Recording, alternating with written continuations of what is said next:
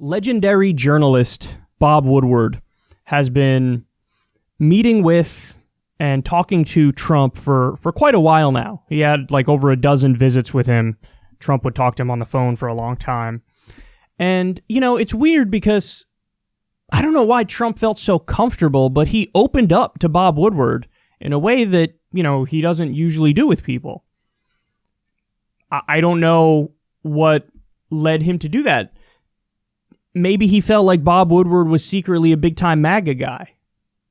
And so he's like, okay, this is my boy. I don't know, but he opened up in a way that now is backfiring. And Bob Woodward recorded a lot of the conversations that he had with Trump. There's all these tapes now of him saying things that are pretty incriminating. Here's what he said about COVID in February. It goes through air, Bob. That's always tougher than the touch. You know, the touch, you don't have to touch things, right? But the air, you just breathe the air. That's how it's passed. And so that's a very tricky one. That's a very delicate one. It's also more deadly than your strenuous flus. This is more deadly. This is 5 per, this is 5% versus 1% and less than 1%, so this is deadly stuff. Well, I think, Bob, really, to be honest with you. Sure, I want you to. I wanted to always play it down. I still like playing it down. Yes, because I don't want to create a panic. Now, the reason why these tapes are devastating is that there's video of him in late February, so after these phone calls, and in March, where he's saying the exact opposite publicly. So behind the scenes, he's talking about, like, it's airborne, it's deadly, and it's more deadly than even your strenuous flus. Like 5% death rate versus 1% or less than 1%. This is what he's saying privately. Publicly, he's comparing it to the flu. He's saying repeatedly, it's just like the flu. You're going to get over it. It's just like the flu.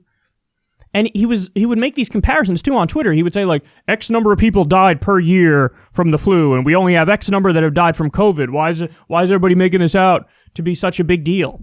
He didn't say, like, he knew it was airborne back in February, but there were still debates going on about it publicly, and the media had contradictory stuff way after February, March, April, May. I mean, I think even today there's still some debate and, differing views on whether or not this thing really is airborne. But this is what he was saying behind the scenes. Behind the scenes, he's like, it's airborne, it's deadly, it's worse than the flu. And publicly, he didn't say anything about airborne. And he was downplaying it and saying it's just like the flu. It's just like the flu. And then, see, the admission there is, I have no idea why he would say this stuff to Bob Woodward. What do you think? He was looking out for you or something? He was going to hide for you stuff you said? He said, I always wanted to play it down because I didn't want to create a panic. There it is. There it is. He's admitting, yeah, I wasn't telling the truth. And I knew I wasn't telling the truth. I was doing that on purpose. So that's an admission that he completely lied. That what he was saying publicly was different from his private positions. This is exactly what Hillary Clinton said in 2016 that WikiLeaks released, where it blew up correctly.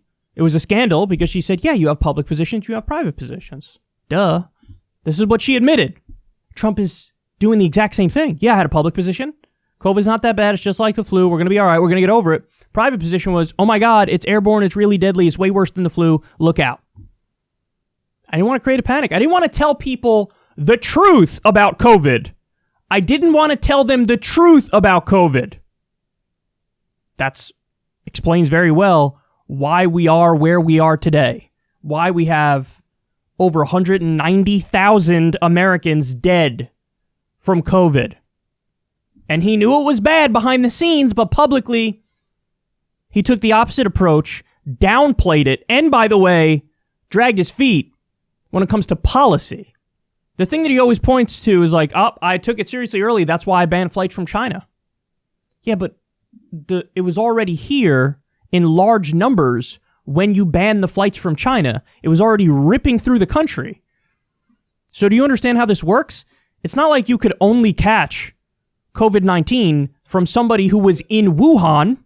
Do you not understand that?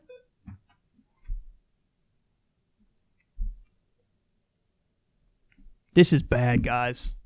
He's admitting, I always played it down. I didn't want to create a panic, so I hid the truth from people. Listen, we're adults. We're Americans. Your number one job as president should be to tell us the truth. That also, just so everybody understands, in the playbook for a public health emergency, rule number 1 is tell the truth. Because how many lives could have been saved if you told the truth from the beginning? If you had the president of the United States saying publicly exactly what he said in that phone call with Bob Woodward, there would be way fewer people dead. Way fewer people dead. For sure. We've been saying it for a while. I wish from the beginning of this pandemic, Trump slapped some Trump logos on masks and started selling them on his website and started wearing a mask everywhere. I love wearing masks. I wear it all the time. This is what you got to do when we're in a situation like this. It's the patriotic thing to do. It's the right thing to do. So then the Republicans would be wearing masks, but also, as partisan as the Democrats are, and they are very partisan, early on, yes, of course, everybody was like, it's a pandemic. Of course, I should take it seriously. On the Democratic side, let's be honest, guys, they're more willing to believe in science. So if Trump could get the Republicans to all wear masks and the Democrats would have done it either way, well, then we'd be in a much better situation than we are right now, wouldn't we? See, the thing about this, which it really kind of pounded the gavel in my head on this, I thought for the longest time, and you could say, oh, I'm naive or whatever, but I tend to take people at their word. So I never assume malicious intent when something else would explain it. So in the case of Trump, I kind of leaned in the direction of whatever he's saying at the moment, he actually believes in the moment. That's the direction I leaned in. Even though he might contradict himself, even though he might be all over the place, whatever he's saying in the moment, I think no, that's actually what he believes, and he's telling you what he feels is true in the moment. After listening to this, no. I was wrong. So he was lying, and he knew he was lying. He was lying, and it was a strategy to lie. He was going out there, seamlessly making this argument that COVID was like the flu, downplaying it repeatedly, but behind closed doors, he knew. He was like, oh, this is bad. And once you destroy, your trust with the public, and he had done that a long time ago, to be clear, but once you do that, why should anybody take anything you say seriously? We can't trust a goddamn word you say. We can't trust a word you say. Now, I'm not saying I trust Biden or I trust the Democrats. I don't. But obviously nobody should trust a goddamn word Trump says, because this proves he'll go out there and say whatever's politically convenient to him, but behind closed doors, he could be singing a very different tune. This is wild, man. I think this is absolutely wild. And this is a big story because I think one of the main reasons Trump is down is COVID. Probably the economy, which is imploding. All the actual indicators that matter show that. Forget the stock market. Ridiculous. So it's the economy and COVID. And this is he already was getting terrible grades on COVID from the public. And this is nail in the coffin type stuff. So if I was the Democrats, I would make an ad where you put the audio from the phone call and put it right next to the stuff he was saying publicly. Now, they did cut an ad, but I don't think it was a good ad because all they did was played the audio from the phone call. No, you got to splice it back to back. Here's what he said in private. Here's what he said a month later in public. In private, this is way worse than the flu. In public, it's just like the flu. That's what you do. But of course, Biden's team is not, they're not as savvy as I'd like them to be. But yes, this is as bad as it gets, man. This is a real scandal. And I'm sure that there will be more bombshells in this Woodward book. I've been saying this for quite a while now. Like the John Bolton book, I don't trust John Bolton. He's a lying, psychopathic war criminal. So in the Bolton book, there's a lot of things that came out where I was like, I just simply don't believe what he's saying here. Even in Trump's, his family member, whatever it is, his niece or something wrote a book. I would imagine some of that is true, but I do think there's probably exaggerations in there. In the case of the Bob Woodward one, he's got the audio tapes to prove it, but I also just tend to, I would believe Woodward's claim even if he didn't have the audio tapes. They're differing degrees of trustworthiness of the sources. From Bolton, I don't trust at all. Trump's family member somewhere in the middle, and then Woodward's kind of high up there. So this is devastating stuff, and I think more devastating stuff is going to come out.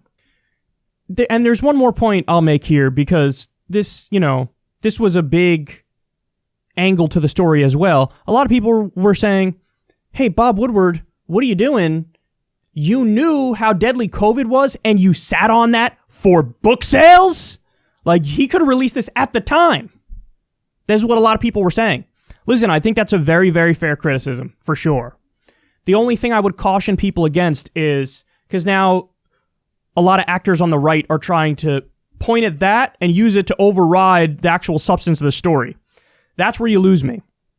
You can make that criticism of Bob Woodward, and it's a fair criticism, but if all you're talking about is that criticism of Woodward, that means you're downplaying, denying, or ignoring the actual substance of what happened here, which is Trump lied, and as a result of that, a lot of people are dead. So just don't let the Woodward angle become the overarching story, because that's just, people are deflecting to that. I don't agree with that. I think that's really bad to do. But I also think it is a totally legitimate criticism. I guess he would say in response that, hey, if I, let's say I came out at that point in time, I would have never gotten the other 35 things from Trump, which you're about to hear soon. You know what I mean?